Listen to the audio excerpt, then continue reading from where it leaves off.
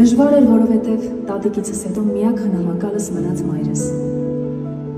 Իսկ մայրս վատառող չէր և չէր կարող աշխատել։ Եվ մեր տան ապրոստի միակ միջոցը դարձել էր իմ երգերը։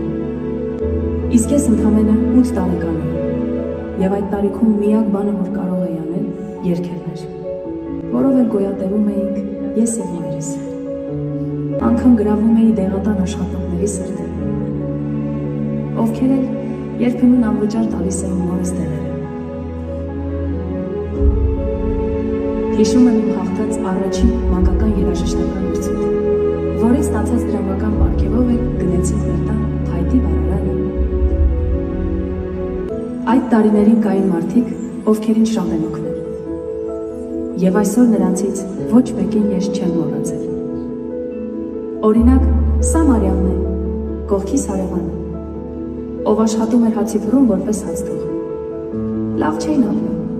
բայց օրվա վերջում իրեն բաժին հասած 2 հացից մեկը բերում էր մեզ։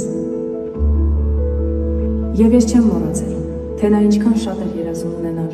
իր սեփական հացիվռը։ Իդեպ Մարիամ այսօր այս դահլիճում է, և նա չգիտի, որ այնտեղ, որտեղ նա հիմա աշխատում է, արդեն իրենն է։